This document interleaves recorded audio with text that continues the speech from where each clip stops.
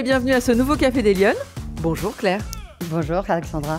Alors ce matin, je suis ravie d'accueillir dans les fabuleux locaux de l'Intercontinental Lyon Hôtel-Dieu Claire Duffer. Vous êtes cofondatrice de Belugart.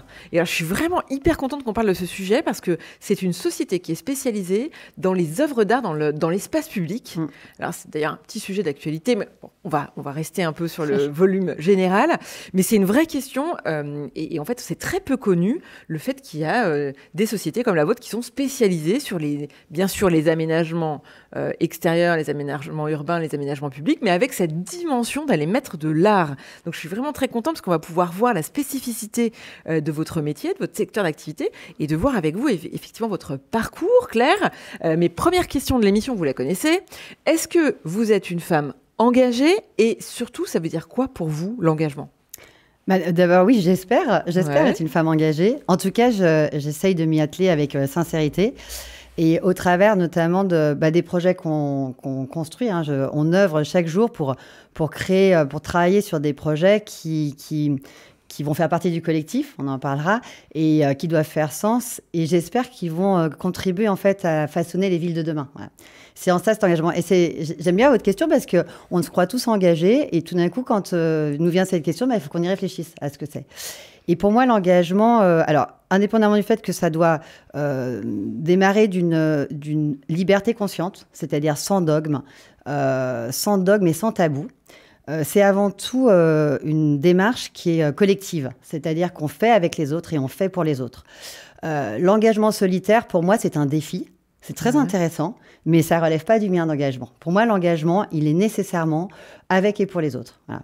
Je crois que c'est la première chose. Et donc, il a une forme de responsabilité. Il est responsabilité. Pour moi, c'est complètement imbriqué. L'engagement et la responsabilité ne font qu'un. Ah, c'est hyper intéressant. Je trouve que vous êtes la première à nous aborder le sujet de cette manière-là. Mais du coup, ça veut dire qu'il se traduit comment cet engagement dans votre quotidien ? Il se traduit uniquement dans votre volet professionnel ou est-ce qu'il s'imbrique aussi dans votre vie personnelle ? Ah non, j'espère j'espère qu'il fait partie de moi intégrante et qu'il est inspirant autant pour mon entourage professionnel que familial, notamment mes enfants.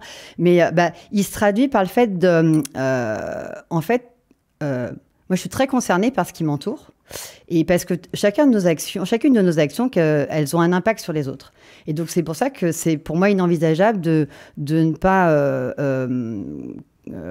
être responsable de ce que je vais faire vis-à-vis de ça. C'est-à-dire que chaque action me rend responsable parce que forcément, il a un impact vis-à-vis d'autrui.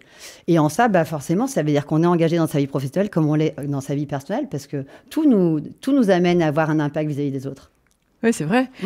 Alors, on va parler un petit peu de votre parcours et on va essayer de parler de la place des femmes parce que vous êtes sur un marché de niche, vous êtes sur quelque chose de très, très, très spécifique et qui a beaucoup d'impact dans notre vie collective, même si on n'en a pas forcément conscience en tant que citoyen ou qu'usager de l'espace public.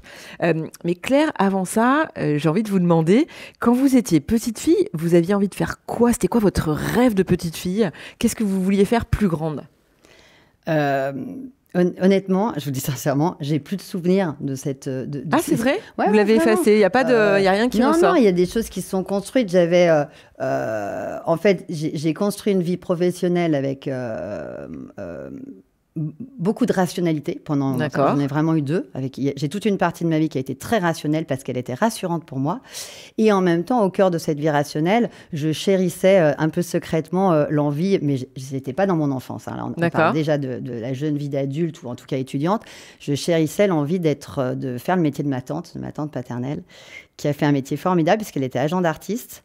Mais elle a lié l'art et l'entrepreneuriat puisqu'elle s'est également occupée d'une très belle propriété qui était en fait une fondation d'art et qui accueillait des sociétés pour des séminaires. D'accord. Donc elle était comme ça à la marge entre ces différents univers. Donc j'ai toujours, d'ailleurs, on a fait pas mal de choses ensemble. Voilà, donc je dirais que le premier rêve en fait dans mon devenir, il date peut-être de là. Enfant, j'avais d'autres rêves. Vous n'aviez pas des rêves, même, je sais pas, des trucs improbables. Non, bien sûr, mais j'étais une grande compétitrice sportive. Donc, évidemment, je rêvais que ce sport devienne mon monde et mon univers. Ah, c'est intéressant. Voilà. Oui, bien sûr. Alors, c'était quoi ce sport ? J'ai fait longtemps du concours complet, c'est du triathlon à cheval. Ah, mais c'est hyper rare de faire ça. Non, il y en a quand même, il y en a de plus en plus. À l'époque, je reconnais qu'on était une petite quarantaine sur la région, on n'était pas très nombreux. Ouais. Et Donc compétitrice, et vous étiez dans le sport et vous aviez envie, voilà, ça vous guidait. C'est vrai qu'enfant, je m'étais quand même dit que le sport serait mon univers professionnel. Voilà. Ok. Mais je m'en suis assez vite détournée quand j'ai commencé mes études, finalement. Alors, ça veut dire qu'après le lycée, vous faites quoi? Donc, en fait, après le lycée, comme j'ai quand même... j'ai un cœur de littéraire, donc j'ai commencé Histoire de l'art. Et puis, je pense par souci de, comme je vous le disais, de sécurité pour me rassurer. En fait, j'ai vite bifurqué sur des études de business pur. Donc là, je fais l'ESC Reims. Et assez vite, je m'inscris dans une démarche internationale pour plein de raisons. Donc, je poursuis mes études à Buenos Aires et puis après à São Paulo. Après, je vais travailler 2 années en Australie et je débute réellement ma carrière professionnelle à Singapour, où là, j'intègre le groupe Clarins et je suis contrôleur de gestion pour les 8 filiales d'Asie. Alors, attendez, on rembobine, parce que là, on va beaucoup trop vite, Claire. C'est le syndrome féminin. Hein. Ce que je fais n'a pas d'importance. Non, mais c'est incroyable ce que vous venez de nous raconter, là. Attendez, vous me dites que vous avez un profil littéraire. Oui. Donc, ça veut dire quoi? Déjà, on vous laisse faire... C'est quoi, Histoire de l'art? Enfin, en fait, je fais Histoire de l'art. Vos parents, ils vous disent pas, non, fais pas ça. Non, mais bien sûr. C'est vrai que... je pense que moi-même et tout le monde autour de moi est inquiet du devenir que l'avenir peut me réserver en faisant ce type de formation. Et moi-même, j'en suis inquiète. Du coup, je reviens dans quelque chose de plus rationnel. D'accord. Très rationnel. Donc, vous remettez un cadre. Oui, je me remets un cadre très, très rationnel. Ah oui, c'est intéressant. Et puis, je pense que j'avais une deuxième volonté, c'est que ce désir entrepreneurial, je l'ai depuis longtemps. Déjà parce que je suis issue d'une famille d'hommes et d'entrepreneurs. Donc, j'avais quand même cette notion de... Et du coup, suivre des études qui allaient me permettre d'apprendre le cœur du réacteur, c'est-à-dire comment fonctionne une société, ça faisait du sens aussi. D'accord, ok. Donc, vous aviez quand même un contexte qui vous prédisposait... Ah oui, j'ai pas fait d'études scientifiques. D'accord. Et donc, c'était assez évident pour moi, si je me détournais de ce cœur littéraire, eh bien, de me tourner vers un univers qui m'était plus familier et qui était celui du business. D'accord. Puisque je suis quand même née là-dedans. Donc, vous vous réorientez sur ça. Et là, vous avez cité plein de villes dans le monde. Pardon, oui. Je fais un petit bout d'Amérique du Sud. Après, je bouge en Australie. Mais parce que c'est quoi ça? C'était les programmes que proposait l'école? Je faisais des études. Et puis après, je suis avec mon conjoint qui est le papa de mes enfants. Ouais. On s'est rencontrés, on avait l'âge de 10 ans. Donc oui. Oh, c'est extraordinaire. Donc on a fait notre vie de scolaire ensemble et d'études. Et lui est un grand voyageur, il l'est toujours d'ailleurs. Et du coup, j'ai la chance d'être embarquée dans ce tourbillon international et il me convient. D'accord. Et donc finalement, on pose nos valises à Singapour. Et là, on commence réellement notre vie professionnelle telle qu'on de jeunes professionnels. Vous commencez 23 ans. D'accord, c'est là où vous commencez votre premier job. C'est mon premier job. Contrôleur de gestion Asie du Sud-Est pour Clarins. Mais c'est incroyable. Et ça, c'est chouette parce que je traverse, à ce moment-là, j'ai en gestion en contrôle 8 pays. Donc, je connais bien cette région. Mais attendez, vous commencez votre carrière à un tel niveau. Oui, mais parce qu'à l'époque, en Asie, il y avait quand même beaucoup de groupes français. Et il y avait quand même un besoin de recruter des personnes quand même assez compétentes et pas nécessairement locales, parce qu'il y avait peut-être à l'époque, encore une fois, je parle, c'était en 2003. Hein, peut-être un manque de formation à l'époque. Donc, ils savaient qu'ils aimaient bien venir rattacher des personnes françaises avec des formations qui étaient connues, où on maîtrisait des outils. Oui. Et donc, du coup, c'est vrai, on accédait à des postes très élevés très tôt. Et c'était très agréable parce qu'on se retrouvait vite avec des fonctions et des responsabilités très, très importantes. Mais rapidement. Surtout, à 23 ans, on se dit que le monde nous appartient si on arrive à faire ça, non? Oui, mais en même temps, j'avais quand même un patron. Je rentrais des comptes. Donc, non, le monde n'appartenait qu'à la mission que j'avais à remplir pour lui. Ouais. C'est pas un peu grisant de se dire on est deux, on est à Singapour, on commence notre vie professionnelle. C'était génial, évidemment. C'était très, très, donc, ça veut dire que pour vous, le fait d'être une femme, là, jamais été un frein, un cas Non, mais je dois reconnaître que, comme je vous l'ai dit, je suis issue d'une famille d'hommes, élevée par des hommes, parce que ma mère, aussi inspirante soit-elle, est une femme qui a été élevée par une famille d'hommes. Et donc, pendant tous ces temps, et jusqu'à il n'y a pas si longtemps, je pense que j'ai occulté une partie de ma propre nature. Donc, j'ai fonctionné un peu comme un homme. Et c'est seulement il y a quelques années que, tout d'un coup, j'ai réalisé que j'étais dans une sorte, pas d'endoctrinement, mais en tout cas de non-constance d'une partie de moi. Et j'ai réhabilité une partie de moi. Et en réhabilitant une partie de moi, j'ai réhabilité aussi une partie de plein de femmes, finalement. Et donc, ça veut dire qu'à l'époque, je ne faisais pas nécessairement la différence entre mes femmes, mais je raisonnais comme un homme. Ouais. Ouais, c'est intéressant. Ouais, vraiment. Et donc, ça veut dire, donc là, vous commencez par Singapour, vous faites cette expérience, vous restez combien de temps? À Singapour, on passe 5 ans. J'ai mes enfants qui naissent là-bas. Et ensuite, je bouge à Hong Kong. Je rejoins un petit bout de temps un groupe japonais. Donc, du coup, je connais bien la Corée, Taïwan, Japon. Et finalement, je retourne de nouveau chez Clarins, où là, je prends la direction financière d'Hong Kong et Macao, jusqu'à mes 33 ans, où je rentre en France. Ah voilà, c'est un marqueur important. Et ça veut dire qu'en fait, vous êtes parti au démarrage sur des études littéraires, vous avez bifurqué sur du business, et en fait, là, vous avez fait des finances. Oui, et en fait, pendant toute cette période, je vous parlais de ma tante, elle était au fond de moi, en permanence avec ce souhait d'un jour de pouvoir faire ce métier. Et du coup, en sous-jacent, je m'approchais d'elle puisque j'accompagnais des artistes français à venir en Asie. Donc, j'avais quand même pas lâché la fibre. Elle était là, mais je ne m'y autorisais pas puisque d'abord, j'avais fait ces études-là. Donc, ça convenait de poursuivre ma carrière dans la continuité de ces études.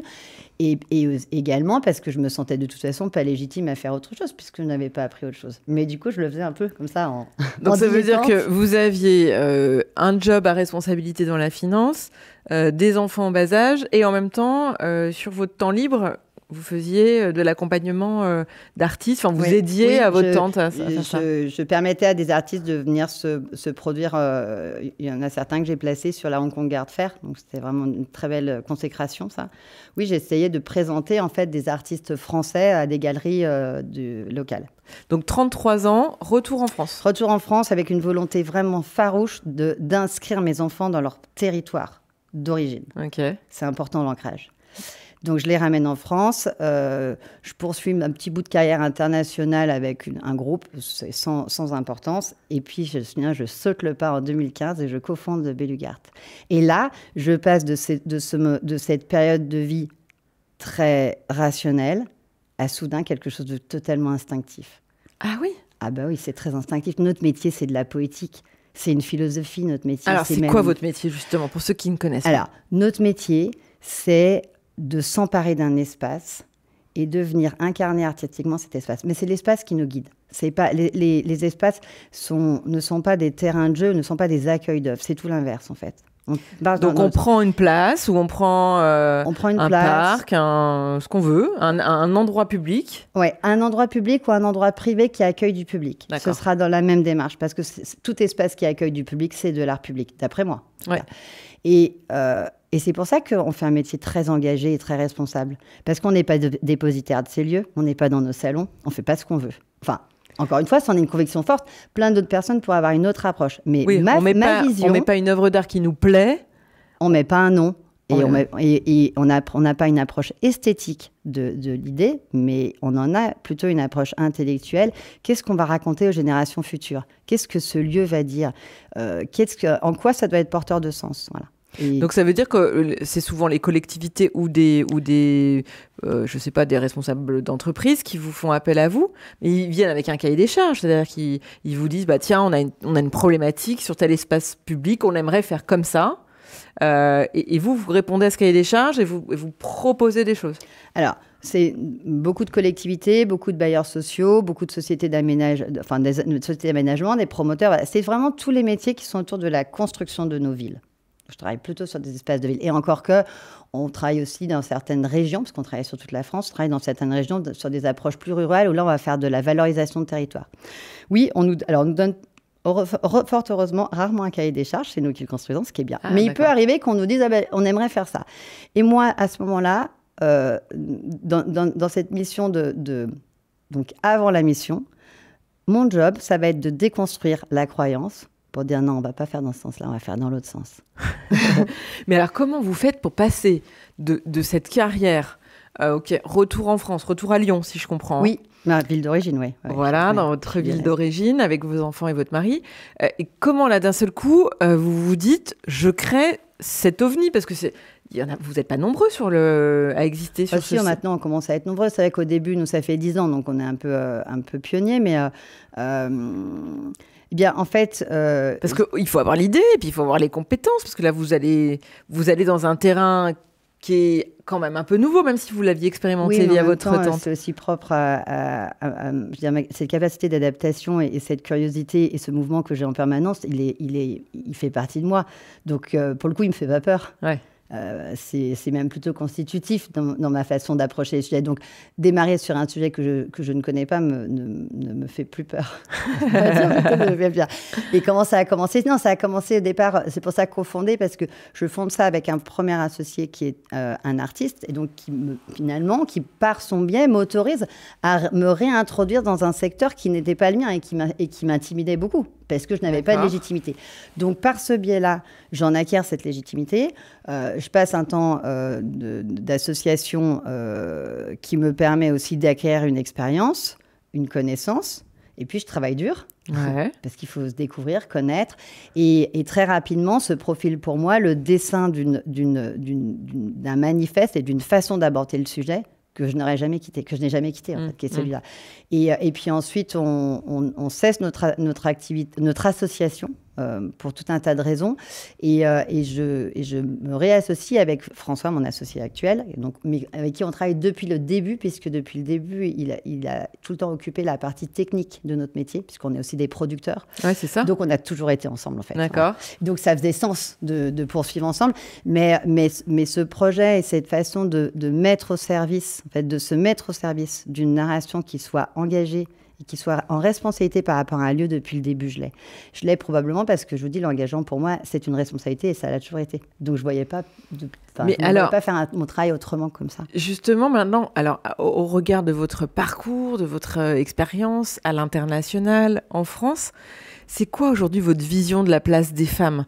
Vous avez l'impression qu'en France, d'une manière générale, les femmes, elles sont visibles dans l'espace public, que l'espace public peut-être leur fait plus ou moins de place selon les organisations. Et est-ce que vous avez eu le sentiment à un moment donné que le fait d'être une femme, ça a été une force, une faiblesse, quelque chose de plus difficile ou pas un sujet finalement pour vous ? D'abord, moi je trouve que cette question de la place des femmes dans l'espace public, alors, moi, j'appelle ça espace, dans le débat public, parce que vous appelez ça débat. Mais les deux, espace et débat, oui, tout à fait. Alors, pour moi, c'est les deux. Moi, je pense, c'est vraiment très personnel, mais je crois que c'est une question générationnelle. Je suis super optimiste pour les générations futures. Quand je les vois faire, et je suis assez proche de ces générations futures, et je suis certaine que les femmes des générations futures ont des attributs extrêmement puissants pour s'intégrer dans l'espace public de la même manière que les hommes. Je pense que pour nos générations, c'est vrai qu'il y a probablement des croyances, des vieux clichés qui persistent encore. Et c'est plus difficile pour nos générations. Le chemin est plus ardu. Mais tant mieux, la suite. Après, je trouve qu'on a des atouts extraordinaires parce que les femmes s'engagent dans la res publicae, dans la chose publique, quelle qu'elle soit, avec beaucoup de sincérité. Elles sont pas guidées par l'ego. D'accord. Donc, les femmes ont une approche de l'écoute, une approche sensible du collectif, tandis que les hommes pourraient, je ne veux pas les critiquer, mais qui pourraient avoir une approche un peu plus personnelle des sujets. Et du coup, ça nous confère une grande puissance. En revanche, ça peut freiner une certaine reconnaissance parce que les femmes sont mêlées dans le tout. Mais en termes d'action concrète pour le collectif, elles sont très, très puissantes. Et ensuite, sur la question de... est-ce que les femmes... comment dire ? Est-ce qu'elles vont prendre plus de place ou, je crois que, honnêtement, c'est véritablement un atout d'être une femme. Enfin, moi, pendant longtemps, j'ai pu le dénigrer, comme vous l'avez compris, parce que je me cachais derrière le fait que les hommes étaient mieux. Et une fois que j'ai réhabilité cette part-là, eh bien, je considère réellement qu'être une femme est un atout. Ma grand-mère maternelle, que j'adorais, avait une phrase que je chéris comme un mantra. Elle me disait « Ma petite fille chérie, fais comme tu l'entends ». Et cette phrase est géniale parce qu'elle est bien plus complexe que « fais ce que tu veux ». Elle n'est pas du tout à dire ça. Elle dit « Écoute ». Comprends le monde qui t'entoure en conscience et agis librement. Et en fait, du moment où on a compris ça, être une femme en ayant cette conscience-là devient un magnifique atout. Donc moi, je suis très, très rassurée et optimiste pour la suite, vraiment. Qu'est-ce que vous auriez envie de dire aux femmes qui nous écoutent et qui ont des projets ou qui ont de l'appétence sur ces sujets, des arts, des beaux-arts et on sent que les femmes, elles cherchent des modèles autour de ça. Il y en a beaucoup, j'ai reçu beaucoup d'invités sur ces sujets-là. Quels conseils vous auriez envie de leur dire, de leur donner pour qu'elles aillent au bout de leurs idées ?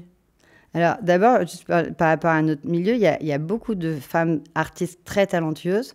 Après, il y a encore, me semble-t-il, une visibilité qui peut être un petit peu inégale. Voilà, donc il faut que...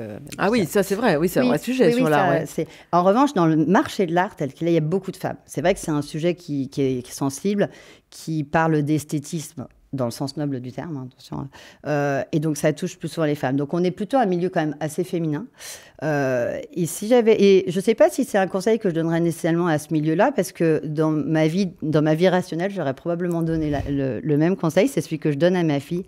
Je lui dis, travaille, sois assidue, sérieuse, responsable, loyale. Par contre, sois en conscience de qui tu es, parce qu'en fait, il faut le faire avec fierté. Moi, pendant longtemps, j'étais plus fière des hommes que de moi. Et quand j'ai réhabité cette part, tout d'un coup, je me suis dit, on respecte mieux les gens qui ont la tête haute. Et donc, en fait, il faut être conscient de ça. Il faut absolument travailler avec fierté. Je trouve que c'est vraiment très important. Et je le dis parce que moi, je n'ai pas été pendant longtemps. En fait. Oui, c'est une question de conscience de soi-même. Et c'est vrai qu'on peut avoir encore, je trouve, dans nos générations, encore tout un tas de choses inconscientes, de phrases, voilà, de ce côté, qui vont nous coller au sol. Ouais, alors c'est peut-être pas aussi violent, mais en tout cas, nous empêcher de nous autoriser à être fiers. La fierté, c'est pas de l'orgueil. C'est ça qu'il faut comprendre. On n'est pas orgueilleux quand on est fier. En revanche, on sera respecté quand on aura la tête haute. Donc, j'aurais peut-être envie de leur dire de commencer par ça. Et en plus, d'autant plus que moi, j'ai commencé en rasant les murs, hyper intimidée, en me disant « je suis rien, c'est nul », etc. Mais véritablement. Donc, aujourd'hui, j'ai 10 ans d'expérience. Et c'est les premiers mois où je commence à affirmer. C'est peut-être pour ça que je suis avec vous aujourd'hui. Donc, surtout, travailler la tête haute. Et Claire, si vous aviez une baguette magique, quelles mesures vous prendriez pour que les femmes, elles aient la tête haute, qu'elles soient en tout cas plus visibles, plus présentes dans l'espace ou le débat public? Je trouve que ça pourrait commencer très tôt. En France, je fais un constat et pour le coup, je l'analyse par rapport à ce que j'ai vu chez les anglo-saxons. En France, on réserve la transmission de la connaissance dans les classes. Ce que d'ailleurs un peu ennuyeux parce que du coup, on prend des notes et voilà. Et l'expérience, c'est-à-dire l'exercice, etc., dans la sphère du devoir, donc à la maison. Et bien, si on réfléchissait à inverser cette logique, c'est tout simple. C'est-à-dire qu'aujourd'hui, on a plein d'outils pour acquérir la connaissance, encore plus maintenant qu'hier. Et ça veut dire qu'on pourrait laisser l'acquisition de la connaissance à la sphère privée et l'expérience dans le collectif. Ça veut dire, en plus petits âges, des prises de parole, des débats d'idées, des exposés, des présentations de projets, qui font que, filles comme garçons d'ailleurs, seraient plus libres naturellement de cette expérience de la prise de parole, et ça simplifierait. Après, je trouve qu'il faut faire un peu attention à cette époque, enfin c'est notre époque qui veut ça, mais cette question du débat public, pour le coup, pour moi c'est un débat extrêmement, enfin c'est une question qui est responsable et qui est collective. Il faut faire attention à ce qu'on ne bascule pas dans un déferlement d'opinion. En fait, ce serait bien qu'on fasse attention collectivement, qu'on soit justement responsable de ça pour que des projets, des femmes qui sont engagées dans des projets à succès réussis soient mises en lumière, et qu'il n'y ait pas qu'une parole victimaire. Voilà. Je trouve que parfois, il faut faire très attention. Il n'y a pas que la parole victimaire. Il y a des tas de femmes qui sont super, qui font des choses merveilleuses. Je ne dis pas qu'on n'en parle pas.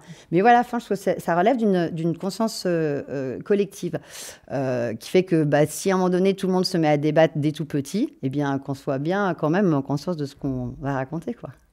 Écoutez, Claire, merci beaucoup d'être venue nous parler de votre parcours ce matin au Café des Lyonnes.